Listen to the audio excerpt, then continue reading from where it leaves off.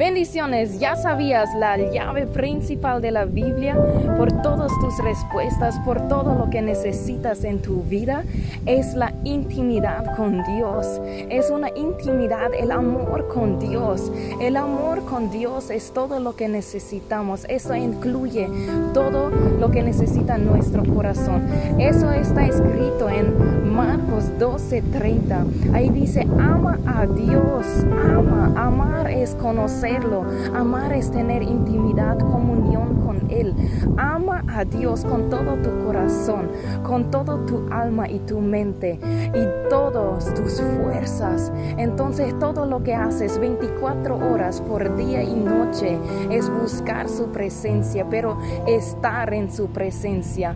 No necesitas estar solamente 24 horas, ni en tu trabajo. Dios quiere mostrarte su grandeza en tu trabajo, en tu vida, en tu familia, en todo momento de tu vida. Dios quiere estar conectado contigo.